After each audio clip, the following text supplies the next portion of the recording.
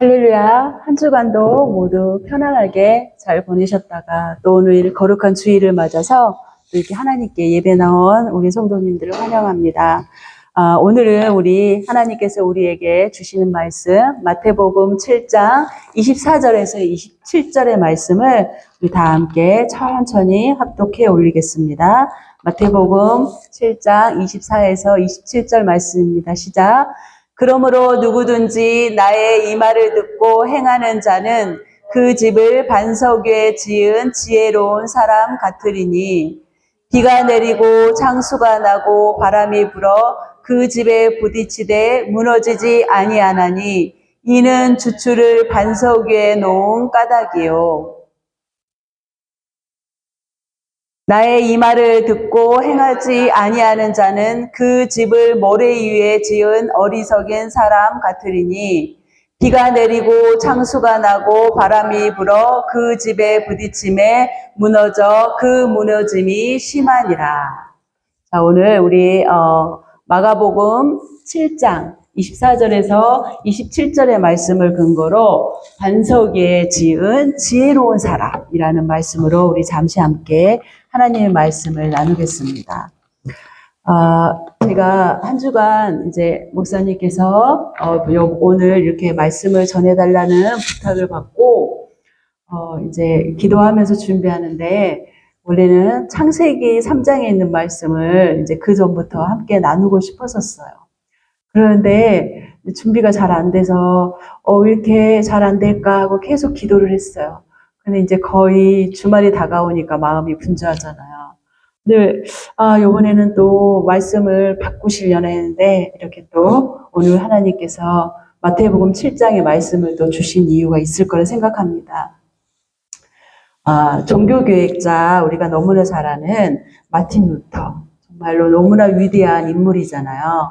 그런데 이 종교교역자 마틴 루터가 이제 개혁을 했잖아요. 그래서 이 마틴 루터가 개혁을 하고 사람들이 가만히 있었겠어요? 그죠? 지금도 어떠한 한국의 한 80년대, 90년대 어떠한 막 데모로 많이 하잖아요. 그러면 우리 몇 분을 기억하실 거예요. 우리 연대 앞에서, 신촌 앞에는요, 지나갈 수가 없었어요. 체류탄을 너무 쏘니까 그 앞에는 항상 손수건을 가리고 아니면 위험하니까 지역을 피해서 간, 그때 그 당시에 우리, 정말 앞에서 주동했던 사람들, 그런 사람들을 어떻게 해요? 경찰들이 집에서 기다리고 있거나 학교에서 기다려서 그 사람들을 잡으려고 그렇게 했어요. 이렇듯 마틴 루터도 이제 경찰들을 비롯해 또 로마의 카톨릭에서 얼마나 정말 그 눈에 가시거리잖아요. 그래서 이 루터를 잡으려고 했는데 그 당시 돈 많은 아주 부유한 사람이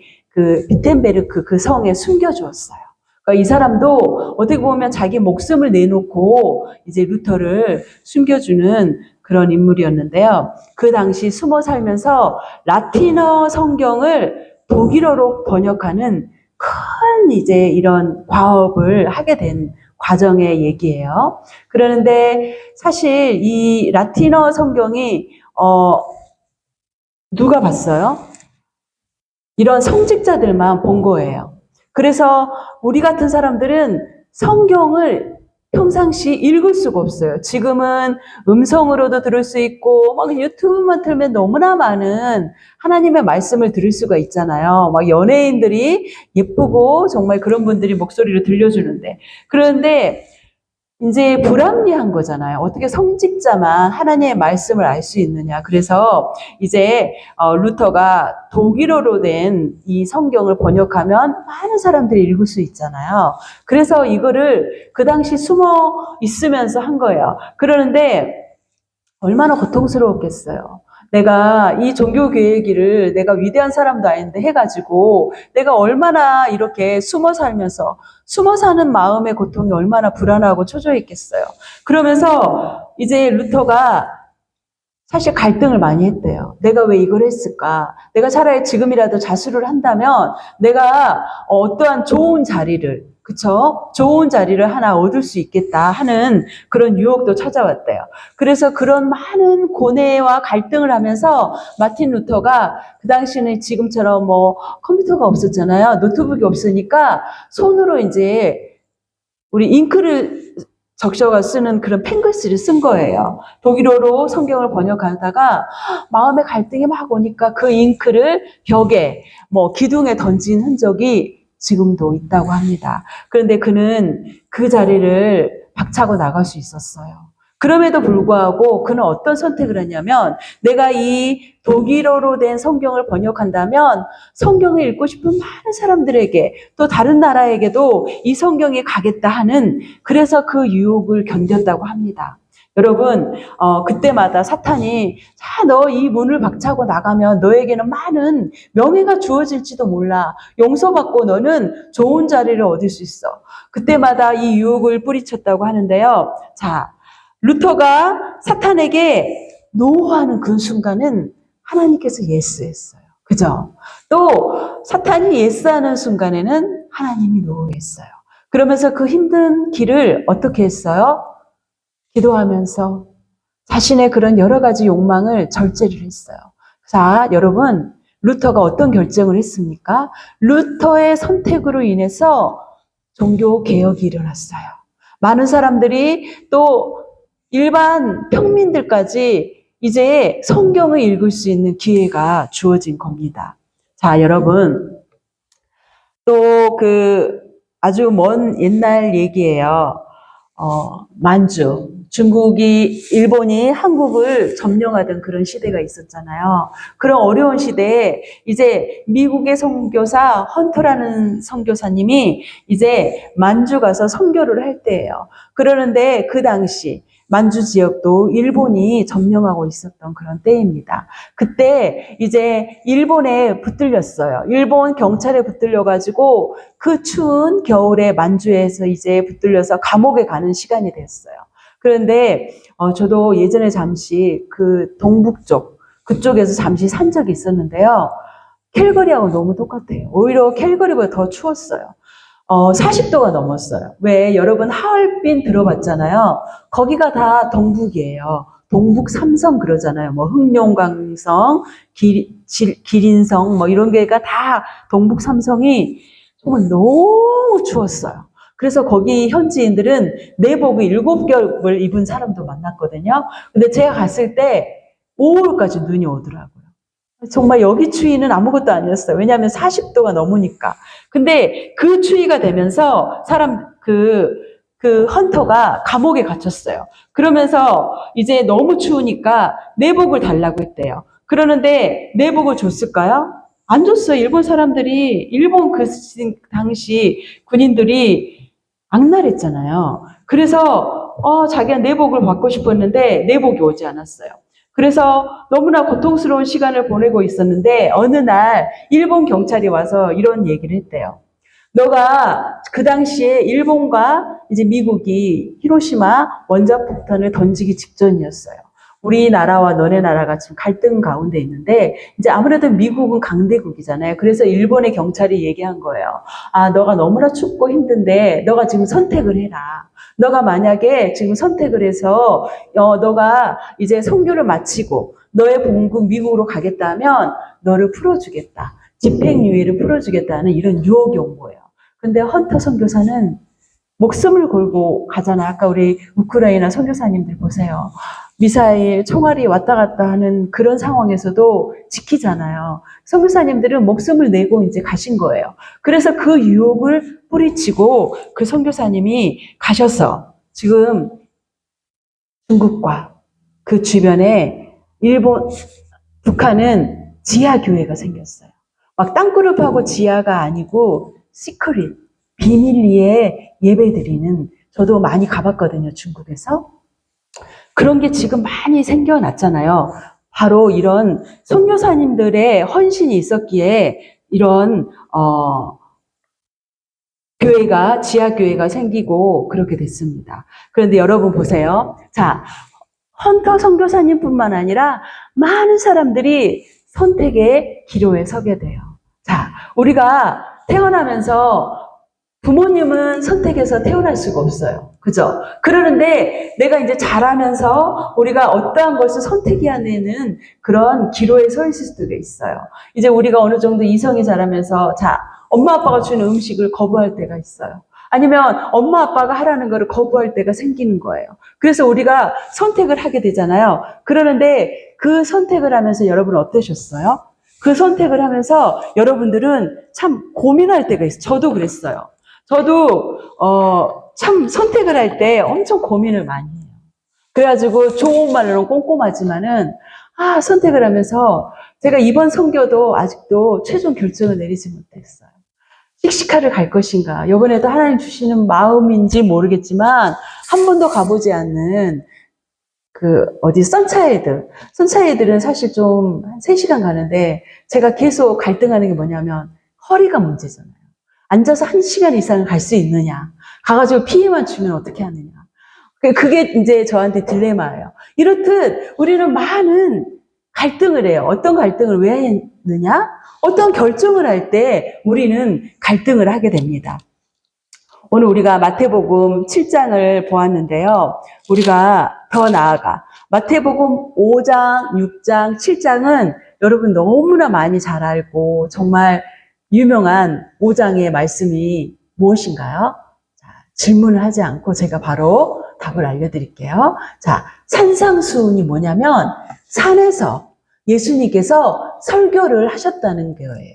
수훈이 뭐냐면 너무나 값진 예수님의 말씀을 한국 한자로는 산상, 높은 산에서 예수님이 제자들과 바리새인과 이제 율법사들을 놓고, 무리들을 놓고, 5장, 6장, 7장에 거쳐서 쫙 나가는 그 설교가 바로 산상수훈이에요. 그런데 여러분, 오늘 우리가 함께 읽었던 마태복음 7장 24절에서 27절은 어떤 거냐면 마무리예요. 결론을 말씀하는 거예요. 5장에서 마음이 가난한 자는 어떻게 해요? 마음이 진짜 막 내 삶에 가난한, 오늘 밥을 못 먹어. 오늘 아침과 정신을 못 먹고 왔어. 그게 마음이 가난한 게 아니잖아요. 예수님께서 무수히 많은 말씀들을 저와 여러분들에게 해요. 그런데 그 당시 대상이 있었어요. 오늘 산상수훈, 마태복음 5장부터 7장까지의 이 말씀을 전에 들은 사람들의 첫 번째 인물은 누구냐면 예수님의 제자예요. 두 번째는 누구냐? 바로 율법사예요. 그리고 세 번째는 누구냐면 바리새인. 뭐예요? 오늘은 썬데이예요. 근데 썬데이에 유대인들은 많은 시간을 걸려서 걸어가면 안 돼요. 오늘 이렇게 저는 마이크도 들면 안 돼요. 다 돼 있어요. 우리가 아까 찬양팀이 악보를 넘기면서 이것도 절대 안 돼요. 어떤 일을 하면 안 되는 거예요. 그래서 이스라엘은 제가 지난번에도 말씀드렸는데요. 엘리베이터의 버튼이 1층부터 20층까지 다 눌러져 있대요. 그냥 내가 손을 쓰면 안 돼요. 그래서 이게 뭐냐면 법이에요. 법을 정해가지고 구약시대에는 율법이 있었어요. 근데 여러분 아시다시피 예수님께서 어떻게 했습니까? 오셔서 그 율법을 어떻게 했어요? 예수님이 십자가에 다 돌아가시면서 어떻게 했습니까? 끝냈어요. 너무 우리에게 이지하게. 엘리베이터 누르고, 아니면 너 오늘 보니까는 옷차림이 이러네? 아니면 너 오늘 보니까 헌금 액수가 조금 적네? 이게 바로 율법 사람들은 그렇게 항상 사람을 판단했어요. 그런데 예수님은 왜 우리에게 오셨냐면 율법을 다 폐하기 위해서 오신 그런 인물이십니다. 그래서 여러분들이 불편하게 사실 이유가 하나도 없어요. 그런데 여러분 보세요. 우리가 어떠한 선택을 하면서 살아가는 거예요. 그래서 우리가 살아가면서 선택하는 순간들이 너무나 많이 있어요. 한국은 가장 중요한, 우리 청소년들에게 중요한 선택은 어떤 거냐면 대학을 가기 위한 수능 시험을 봐야 돼요. 그래서 한국은 대학 입시를 보는 날은요, 영어 테스트를 보는 날은 비행기가 날지 않아요. 그런 나라는 우리 한국밖에 없대요. 참 아픈 거죠. 그런데, 자, 어떤 친구들은요, 그 입시를 못 보면요, 너무너무 좌절돼요. 저희 때 입시 보는 날은, 그게 이제 11월에, 이제 항상 그 날에 보거든요. 눈이 오고 너무나 추웠어요. 요즘은 좀 온난화돼서 괜찮은데요. 되게 그때 마음이 힘들었어요. 시험도 봐야 되는데, 날씨도 겁나게 추워요. 그래서 막 학교 정문에 엿을 붙이면 너무 추워서 지사님 아시니까 웃으시잖아요. 옛날 우리 오빠들 그죠?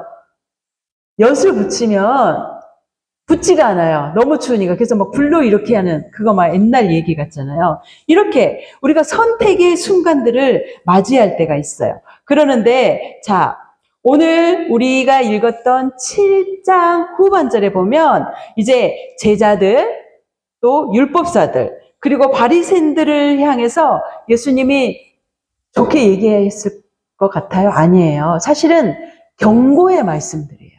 근데 오늘 본문에 나오는 이 세 부류만 예수님이 경고를 하는 대상은 절대 아니에요. 저에게, 이곳에 앉아있는 여러분들, 우리 모든 예수님을 따르는 예수님의 제자, 그런 크리스찬들에게 주시는 경고의 말씀입니다. 자, 우리가 장례식장에서 있다 보면 자주 듣는 얘기예요. 목사님이 이제 장례를 치르시면서 하시는 말씀, 무슨 말씀을 하시냐면, 자, 오늘 이 고인 어느 누구 집사님은 육신의 장막을 벗고, 육신의 장막집을 벗고, 하나님이 계시는 저 천국으로 가십니다 하는 말씀을 여러분들 들어보셨을 거예요. 자, 이 말은 뭐냐면, 우리가 이 땅에 살아가면서 자, 오늘 우리가 밖에서 자고 오신 분은 한 분도 안 계세요. 우리가 눈에 보이는 하우스가 있어요. 그 집에서 잠을 자고 오늘 이 자리로 왔다는 얘기예요. 그런데 자, 이거는 어떤 집을 말하냐면 우리의 그런 육신, 우리의 신체가 자는 그런 집을 말해요. 잠만 자는 거 아니에요. 여러분들 공부도 하고 또한 음식을 먹기도 하고 가족 간의 대화도 나누게 하고 많은 일들이 일어나는 것이 이 집 아니잖아요. 그러는데 오늘 예수님께서 말씀하는 내용 가운데 이제 집을 잘 지어라 하는 내용이 7장 후반절에 나옵니다. 그런데 예수님께서 이 집의 의미가 우리가 사는 하우스냐? 절대 아니에요. 이제 이게 의미를 깊이 들어가 보면 그 하우스라는 그 뜻이 아니고요. 어떤 말이냐면 우리가 집을 지을 때 정말 잘 지어야 된다는. 우리가 살아가는 인생 가운데 우리에게도 집이 있어요. 우리가 눈에 보이는 그 집이 아니에요. 인생의 집을 잘 지으라는 그런 예수님의 당부의 말씀입니다. 자, 우리가 우리 보이지 않는 인생의 집. 그러면 이 보이지 않는 인생의 집을 어디에서 또 무엇으로 어떻게 지어야 되는지가 우리에게는 중요한 사항입니다. 자, 오늘 본문에 보면 자, 예수님께서 집을 잘 지어야 돼. 그런데 우리가 이 집을 잘 짓는 사람과 잘 짓지 못한 사람이 아까 나왔잖아요. 자, 7장 24절에 보면 뭐라고 얘기했어요? 그러므로. 이거는 뭐냐면 여러분 이제 7장 23절 위의 말씀은 예수님이 다 얘기했어요. 자, 너네들 이렇게 살고 이렇게 남을 판단하지 말고 서로 사랑하고 서로 감싸고 너 것만 위해서 살지 말고 베풀고 살고 많은 말씀을 하셨어요.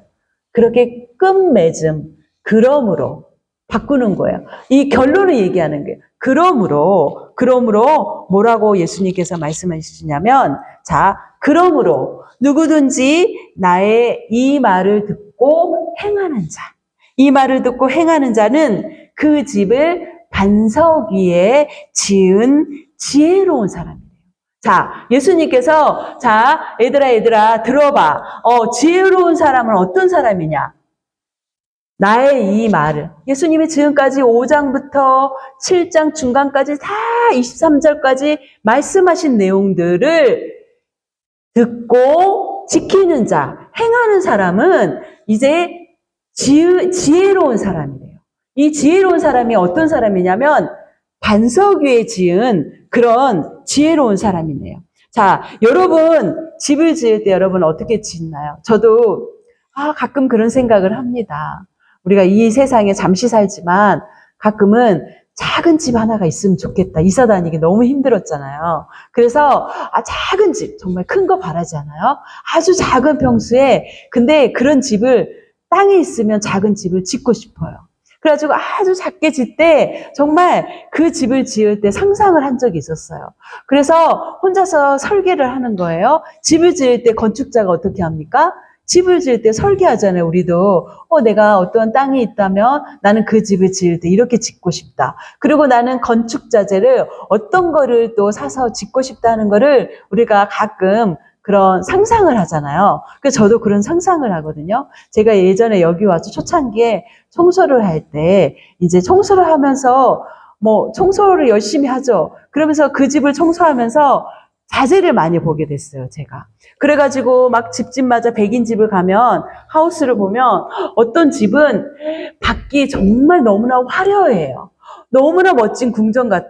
근데 그 집에 안에 들어가면 이 집은 조금 건축 자재가 조금 좋지 않구나. 그래가지고 그 집은 계속 수리를 해요. 또 어떤 집은 가면요, 집이 밖은 조금 화려하지 않아요. 그런데 안에 건축 자재가 막 튼튼한 거, 그죠? 튼튼한 원목으로 지어가지고 그런 집들은요 수십 년 동안 가는 거 같아요. 이렇듯 자, 우리가 집을 지을 때 설계를 하잖아요. 그리고 또 땅에 뭐를 합니까? 기초를 다져요.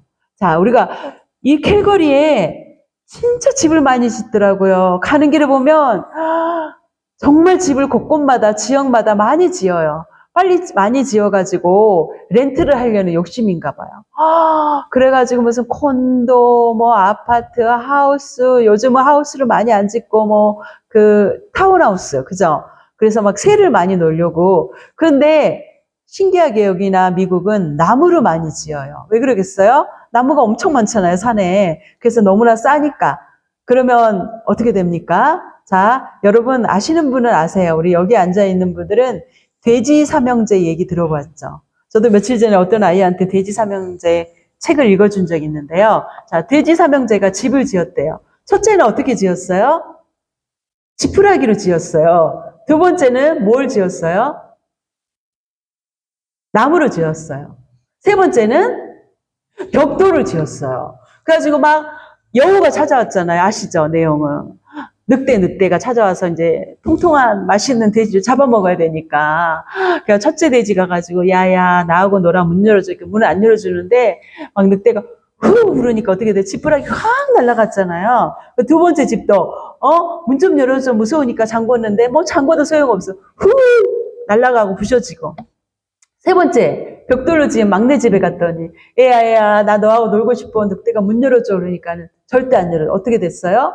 세 번째 집에 첫째, 둘째가 다 모여가지고 목숨이 살았다는 얘기를 우리가 너무나 잘 알잖아요. 이렇게 집을 튼튼하게 지어야 된다고 얘기하고 있습니다. 자, 여러분, 성경에서는 어떤 걸 얘기하냐면 오늘 24절에 보면 이렇게 말씀해요.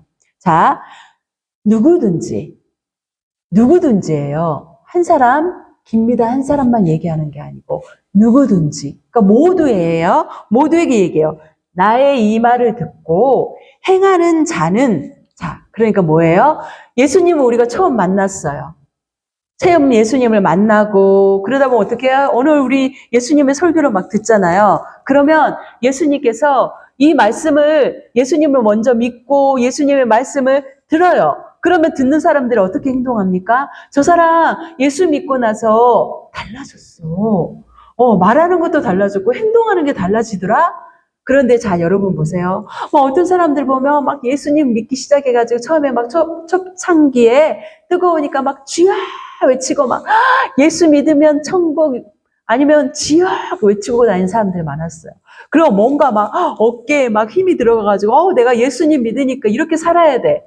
그러는데 막 생활이 달라. 그러니까 자, 어떤 게 원하냐? 우리가 자, 코인 동전을 보면 뭐가 써 있어요? 앞면과 뒷면이 달라요. 그러니까 보세요, 여러분. 믿음과 행함. 예수님께서 오늘 24절에 말씀하시잖아요. 나의 이 말을 듣고 예수님 말씀을 들으면 어떻게 해요? 믿어요. 그런데 또 행해야 된다. 야고보가 항상 얘기하잖아요. 믿음과 행함은 동일시되라고. 우리가 그거 진짜 사실 어려워요. 저도 정말 어려운 것 같아요. 내가 믿음이 있는 것 같은데 행하지 못하고, 내가 어쩔 때는 막 행하는 것 같은데 믿음이 따라오지 않을 때가 있고, 그죠? 이렇듯 우리 믿음의 사람들이 이렇습니다. 그런데 여러분, 사람이 집을 지을 때 장소를 선택하지 않아요? 그죠? 내가 이 뷰가 참 좋아야 돼. 나는 조금 높은 곳. 참 제가 여기 캐나다 와서 들은 얘기는 한국하고 정반대의 위치를 사람들이 선호하더라고요. 저 높은 곳에 있으면 집값이 비싸대요. 근데 한국은 여러분 아시죠? 달동네는 누가 가려고 하지 않아요. 너무 높아서 다리도 아프고 힘들어요. 그런데 여기는 높은 곳에 있는 집이 굉장히 비싸대요. 아마 좋은 풍경을 많이 볼 수 있어서 그런 것 같거든요. 그런데 자, 여러분. 이제 우리가 집을 지을 때 어떤 장소를 선택을 하잖아요. 그러면서 뭘 해요? 장소를 선택했으면 터를 다져요. 그래서 이 터가 굉장히 중요하잖아요. 그래서 우리가 막 그 터가 명당짜리 그런 터 얘기가 아니라 터를 잘 닦아야 되잖아요. 왜? 베이스가 좋아야 우리 몸도 마찬가지예요. 막 내가 몸을 빌더를 해. 내가 가지고 헬스 가가지고 막 이렇게 여러 가지를 했는데 내 이 안에 막 모든 것들이 엉망이야. 그러면 어떻게? 무너지잖아요. 어떻게? 이 속부터 다 건강하게 채워야 돼. 그죠? 그렇게 하고 우리 몸을 만드는 게 그러면 우리 몸이 어떻게 해요? 건강하게 되는 거와 마찬가지예요. 그래서 기초를 닦는 것이 굉장히 중요해요. 우리가 어린 시절 이 매스를 배울 때 우리가 기초를 닦지 않으면 어떻게 돼요? 우리가 초등학교, 중학교의 기초를 다져놓지 않으면 고등학교 과정에 너무나 힘들고 따라가지 못해요. 이런 것처럼 우리에게는 기초가 굉장히 중요합니다. 근데 예수님의 직업이 무엇이었어요?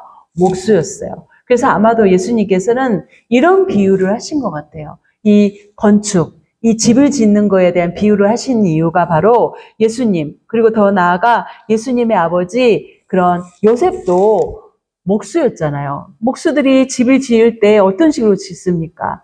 어떤 이들은 단기간에 지어서 빨리 렌트를 받으려고 하는 사람도 있지만 집을 기초를 잘 다져서 또 깊이 파고 그래서 이곳이 물이 잘 빠지는 곳인지 아니면 이곳에 또한 잘못된 것이 있는지 여러 가지를 보면서 기초를 튼튼히 해요. 한국에 63빌딩 아시잖아요. 그 63빌딩을 지을 때 가장 한국에서 최초로 높은 빌딩이 63빌딩이잖아요. 그래서 우스갯소리로 옛날에 시골에서 저는 그걸 진짜 믿었어요. 시골에서 이제 얘기를 해요. 너 서울에 가면 63빌딩을 볼 것인데 너가 1층을 보면 돈을 1,000원을 내야 되고 10층을 보면 돈을 10,000원을 내야 돼. 그럼 63층은 63만 원을 내야 돼. 이렇게 우스갯소리가 있었는데요. 63빌딩을 지을 때 어떻게 지었냐면 기초를 다질 때 몇 년을 걸렸대요. 왜냐하면 높은 층을 지으려면 밑에 이 파는 공간이 굉장히 깊어야 된대요. 깊이 파야 돼야 우리가 어떤 나무를 심을 때 아주 낮게 해놓으면 어떻게 돼요? 넘어지잖아요. 똑같아요. 그래서 63빌딩을 지을 때 기초공사를 엄청 깊이 팠대요. 그래서 지금 굉장히 오래됐잖아요. 수십 년 됐는데도 버틸 수 있잖아요. 이처럼 예수님께서도 그 기초공사가 얼마나 중요한지를 아시기에 이렇게 말씀을 하신 겁니다. 이제 우리는 살아가면서 두 가지의 결정을 할 때가 있어요. 오늘 성경에 보면 예수님께서 지혜로운 사람과 어리석은 자라는 말씀을 하잖아요. 우리 인생을 살아가면서 지혜의 길, 선택의 길, 어리석은 자의 길을 우리가 갈 때가 있어요. 근데 우리도 오늘 외에 내일 모레 앞으로도 우리는 이 길 가운데 기로에 서야 돼요. 나는 오늘 아침에 무엇을 먹을까? 아니면 나는 내일 무엇을 할까? 나는 무엇을 가지고 살아갈까? 여러 갈등을 한다는 얘기예요. 그런데 왜 이 길이 중요하면요. 여러분, 내가 선택하는 이 길이 현명한 길인지 아니면 어리석은 길인지 전혀 몰라요. 예측할 수가 없어요. 우리가 대통령 선거를 하다 보면 예측을 하나요? 가끔 저 사람 될 것 같은데 아니에요. 빗나갈 때가 있었어요. 그래서 여러분 선택을 해야 되는 그런 길이 있어요. 그러는데 여러분, 자, 이 선택의 길, 그러면 성경에서 말하는 이런 지혜로운 길, 지혜로운 건축자의 사람은 어떤 사람을 말하고 있는지, 우리가, 얘기하고 있는데요. 그 성경에서 말하는 지혜로운 건축자는 바로 집을 지어야 되는데, 이 집이 어떤 집을 지어야 되는지 아는 사람이래요. 고린도전서 3장 10절에서 15절의 말씀 한번 읽어볼까요? 자, 우리 고린도전서 3장 10절에서 말씀을 천천히 읽겠습니다. 내게 주신 하나님의 은혜를 따라 내가 지혜로운 건축자와 같이 터를 닦아둠에 다른 이가 그 위에 세우나 그러나 각각 어떻게 그 위에 세울까를 조심할지니라. 이 닦아둔 것 외에 능히 다른 터를 닦아둘 자가 없으니 이 터는 곧 예수 그리스도라. 또 넘겨주시고 끝인가요? 10절에서 15절까지 말씀인데, 자, 그러면 제가 여러분, 고린도전서, 보셨어요? 넘긴 거예요? 자, 읽겠습니다. 만일 누구든지 금이나 은이나 보석이나 나무나 풀이나 지프로 이 터에 위에 세우면 각 사람의 공적이 나타날 터인데 그 날이 공적을 밝히리니 이는 불로 나타내고 그 불이 각 사람의 공적이 어떠한 것을 시험할 것임이라. 만일 누구든지 그 위에 세운 공적이 그대로 있으면 상을 받고 누구든지 그 공적이 불타면 해를 받으리니 그러나 자신은 구원을 받되 불 가운데서 받은 것 같으니라. 자, 여러분, 이 말씀은 어떤 말씀이냐면요.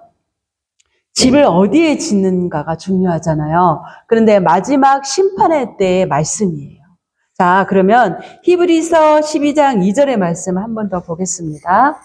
자, 시작. 믿음의 주요 또 온전하게 하신 이인 예수를 바라보자. 그는 그 앞에 있는 기쁨을 위하여 십자가를 참으사 부끄러움을 개의치 아니하시더니 하나님 보좌 우편에 앉으셨느니라.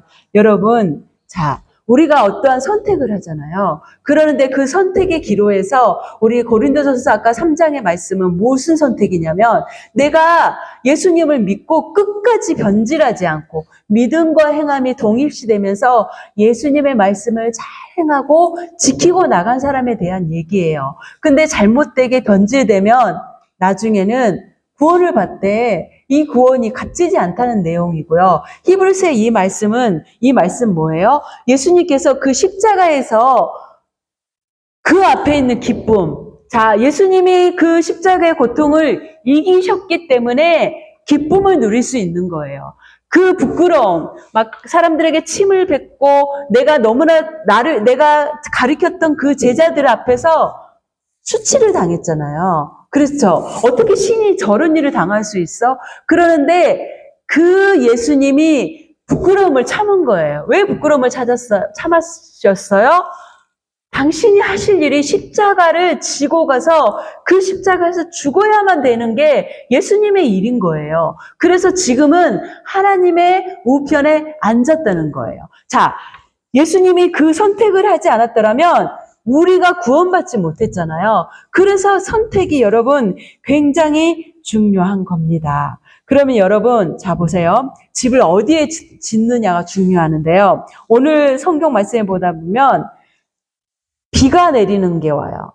비만 내리면 좋아요. 근데 태풍이 와요. 썬더스톰이 막 여기 와서 무섭잖아요, 우리. 그죠? 막 어젠가 그제 우박이도 내리더라고요. 날씨가 요즘 종잡을 수가 없잖아요. 우리 인생에도 여러 가지 풍파가 여러분 다가와요. 그러는데, 자, 우리가 여러 가지 풍파가 다가오는데, 나는 하나님을 잘 믿어. 나는 뭐 하나님이 시키는 대로 하니까 절대 그런 풍파가 어려움이 오지 않을 거야. 그런 사람 있어요? 없어요. 내일 일을 알 수 없다고 성경에서 말씀하잖아요. 여러분, 내일 무슨 일이 일어날지, 내 인생이 어떻게 될지 아는 사람은 한 사람도 없다는 말씀이에요. 예수님도 그러시잖아요. 아버지만 아신대요. 그 날이 언제인지. 그죠? 아무도 몰라요. 우리 인생이 어찌 될지는 정말 몰라요. 내가 내일 무슨 사건이 터질지, 나에게 좋은 일이 생길지, 안 좋은 일이 생길지 알 수가 없는 게 우리 인생인데요. 자, 믿는 사람도 안 믿는 사람도 이런 일들이 다가와요. 그러는데 우리가 자주 불렀던 마커스 찬양팀의 찬양을 우리 찬양팀도 불렀고 그 전에도 우리가 영상으로 불렀었어요. 그런데 마커스 찬양팀의 그 찬양팀 가운데 우리가 아마 얼굴 보면 알 수 있는 이제 자매님이 나오고 지금은 결혼하셨는데요. 이분은 소진영 간사님이세요.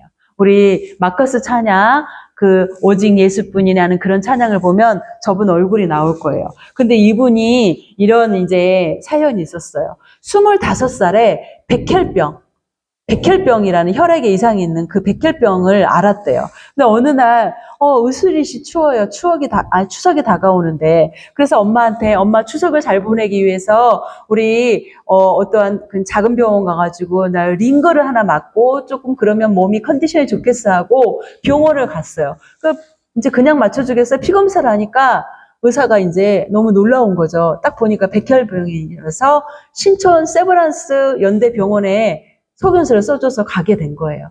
근데 거기서 딱 보니까는 너무 상황이 안 좋아요. 만성이에요. 그래가지고 고칠 수 없잖아요. 그 당시에는 이게 사실은 굉장히 어려운 병이었어요. 생명을 그냥 놓아야 되는. 그런데 이 소진영, 그 당시 자매님이 이제 병원에 가자마자 의사 선생님이 바로 무균실에 입원을 바로 시키는 거예요. 근데 이제 자기가 무균실에 누워서 어느 정도 직감을 했대요. 뭔가 나에게는 큰일이 생겼구나. 그래서 이제 치료가 바로 시작되었어요. 근데 그 당시에만 해도 치료비가 한 5천만 원, 막 몇천만 원이에요. 저도 어렸을 때 백혈병은 거의 죽음의 불치병이었고 또 이 자매님이 겪던 그 시대에도요. 돈이 없으면 거의 생명을 살릴 수 없는 그런 병이었어요. 그래가지고 우리 교회 어린 친구들, 우리 아이들 또래 애들도 그냥 이렇게 천국에 가는 아이들도 있고 그랬어요. 그런데 너무나 이 가정은 4대째 믿는 그런 신실한 독실한 가정이었대요. 그러는데 그러니까 하늘이 무너지는 순간이었잖아요. 부모님도 가족들 모두가 이 소진영 자매님도 마찬가지예요. 그러는데 그 당시에 이제 이게 백혈병을 앓았던 환우들의 부모님이 정부에다가 이제 제안을 한 거죠. 국회에다가 했고 해가지고 소진영 자매님이 간사님이 이 병을 맞아야 했을 때 이제 국회에 통과가 된 거예요. 왜냐하면 이 백혈병이 의료보험이 안 돼서 한 번에 5천만 원, 3천만 원 드는 그런 조혈모 세포 이식을 하는 거 여러분 들어보셨죠? 옛날에 골수 이식인데 요즘은 조혈모 세포라고 부르잖아요. 그래서 이거를 하나님의 은혜 가운데 의료보험이 된 거예요. 이 자매님이 아팠을 때. 그래가지고 수천만 원의 이 돈이 30만 원. 그러니까 얼마나 놀라워요. 그러면서 몇 년 동안을 주사를 맞고 약을 먹으면서 했어요. 근데 이 자매가 이제 마커스라는 이 찬양팀은 지금 굉장히 유명한 그런 집회를 하는 수천 명이 오거든요. 그래서 이 집회를 참석하기 위해서 우리 어린 중고등부, 초등학생, 청년, 외국에 있는 한인들이 와가지고 이 집회를 참여하는 수천 명이 모이는 그런 집회예요. 목사님이 짧게 설교하고 찬양하는데 막 2시간 이상을 아이들이 뛰고 하는 거예요. 그래서 최근에는 예전에는 동작구에 있는 헤어름 교회인데 요즘은 또 옮겼어요. 교회를 뛰니까 무너질 것 같으니까. 수천 명의 은혜 받고 회심하는 그런 찬양팀이거든요. 그래서 이 자매가 그 찬양팀에서 이제 남편 되는 분을 만나서 결혼을 했어요. 근데 수년 동안 약을 먹으니까 아이를 가질 수가 없잖아요. 아이를 가지면 어떻게 됩니까? 이 아이가 이제 그 기형아가 나올 확률이 100%예요. 그래서 의사 선생님이 결혼을 하되 아이를 갖지 말랬어요. 근데 이 간사님이 이제 아이를 갖고 싶을 거 아니에요. 그래서 하나님께 기도를 했어요. 그리고 결단을 본인이 했대요. 약을 끊겠습니다. 약을 끊으면 이제 생명은 위독할 수 있잖아. 근데 이 자매가 결단하고 약을 끊고 지금 의사 선생님이 1년을 보자 했대요. 1년 동안 너가 괜찮으면 약의 효과가 다 떨어지면 아이를 가져보자. 그런데 1년이 지났는데 아이가 생기지 않았대요. 그래서 의사 선생님이 오늘 검사 결과를 보고 다시 약을 먹자. 그때 그럼 받아들이자. 그래서 연대 세브란스 가가지고 검사를 했는데 여러분 아이가 생겼답니다. 그래가지고 얼마나 감사했겠어요. 그 병을 치료하시고 또 아이까지 주셨는데 그런데 이 아이가 태어나고 얼마 안 돼서 기형이 생긴 거예요. 귀에 이상이 있다는 의사 소견을. 그러니까 이 소진영 간사님이 솔직하게 얘기한 거예요. 정말 죽고 싶더래요. 나는 고통받아서 그랬지만은 아이만은 건강하게 지내길 바랐는데 정말 그 자리에서 자기가 혀를 깨물고 그 진단의 얘기를 듣고 죽고 싶은 충분히 우리 이해되잖아요. 그러는데 이제 병원에서 어떻게 손을 쓸 수가 없었어요. 근데 간절히 가족들과 모두가 기도를 했어요. 그 다음에 이 자매님이 이 아이가 정말 깨끗하게 치료받는 역사가 일어났다고 합니다. 그래서 이 자매님이 정말 수많은 찬양을 만들었어요. 우리가 많이 들었고 함께 불렸던 찬양인데요. 여러분, 우리 이 찬양을 한 곡, 함께 부르겠습니다. 우리가 함께 많이 불렀고 구구절절 우리 이 소진영 간사님의 지나온 날들과 또 우리의 상황들이 이 찬양 가운데 있어요. 그래서 우리 음? 그래서 이 찬양 또 부르고 함께 또 말씀 우리 나누겠습니다. 이 아픔도 우리 소진영 간사님도 그 아픔을 치료하시고 육신의 질병을 치료하시고 그 아이를 고쳐주신 하나님, 그 하나님이 그 소진영 간사님의 하나님이 아니에요. 그 예수님이 그분의 예수님만은 아니라는 겁니다. 여러분, 자, 정말 이스라엘에는요, 1970년대 후반에 이제 고고학자들이 막, 성서 고고학자들이 땅을 막 파잖아요. 성경에 나와 있는 그대로 있는지를 이제 파야. 그래서 진실을 밝히는 거예요. 그런데 정말 발굴을 했을 때, 그 고대 건물들을 발굴했을 때, 이제 기초를 세웠던 현무암, 그 튼튼한 반석이 나왔다고 합니다. 그래서 예수님의 이 산상설교 듣다 보면 이제 이스라엘의 종교 그런 당국자들이잖아요. 바리새인들, 율법학자들. 이들은 정말 어떻게 보면 종교적인 위선을 가지고 있었어요. 그래서 남들만 비판하고 자신은 볼 줄 몰랐어요. 그죠? 내 눈에 있는 들보는 보지 못하고 남의 눈에 티만 보는 거예요. 그래서 자꾸 이 손가락 하나는 남을 가지만 나머지는 나한테 향하잖아요. 저도 그래요. 남만 자꾸 얘기하지 내 허물은 보지를 못하는 거예요. 인간이 그렇습니다. 그래서 예수님께서 이렇게 표면적으로 보이는 거. 여러분, 자, 모래를만 보면 어떡해요? 너무 고운 가루고 그곳에다 집을 지으면 좋을 것 같아. 그러는데 이스라엘은 자, 겨울에 막 우기가 비가 엄청 오잖아요. 그러면 만약에 모래 위에 집을 그 따가운 햇살에 중동은 모래가 단단한 것처럼 보이잖아요. 그러는데 이제 집을 지을 때 깊이 파요. 우리 63 빌딩을 지을 때 깊이 판 것처럼 아주 깊이 파서 집을 지을 때 반석이 나올 때까지 깊이 판다고 합니다. 그래서 반석이 나오면 기초를 세워요. 그런 것처럼 집을 지을 때 바로 반석이 그만큼 중요하다고 말씀합니다. 여러분, 이제 마태복음 7장 26절의 말씀, 거기에 보면 이제 지혜로운 자의 정반대, 어리석은 자의 이제 집을 짓는 그런 어리석은 건축자가 어떤 사람일까 하고 예수님께서 7장 26절에 말씀합니다. 자, 우리 말씀 함께 읽겠습니다. 시작. 나의 이 말을 듣고 행하지 아니하는 자는 그 집을 모래 위에 지은 어리석은 사람 같으니. 자, 예수님께서 아까 우리 24절, 25절에 뭐라고 말씀하셨습니까? 자, 그러므로 이제 내 말, 내 얘기를 듣고 행하는 자는 지혜로운 자래요. 지혜로운 자가 반석위에 지은 사람이 지혜로운 사람. 그러면 오늘 27절의 말씀은 뭐냐면 26절의 말씀은 주님의 말씀을 너무나 수십 년 들었어요. 그러는데 세상에 그 말씀을 듣고 이렇게 귀한 시간에 와서 하나님 말씀을 들었는데 불구하고 지키지 않고 행하지 않는 자가 어리석은 자래요. 자, 여러분 그 히브리서 9장 27절 말씀을 한번 읽어볼까요? 자, 히브리서 9장 27절 말씀을 읽겠습니다. 시작. 한 번 죽는 것은 사람에게 정해진 것이요 그 후에는 심판이 있으리니. 자, 여러분 우리가 오래 살 것 같잖아요. 성경에는 너네가 살면 70이고 많이 살면 80이래요. 자, 여러분 건강하게 80까지 살아야 되잖아요. 그런데 자, 사람은 태어나서 두 번 죽지 않고 한 번만 죽는 거예요. 그죠? 그런데 한 번 죽는데 그 후에는 무엇이 있어요?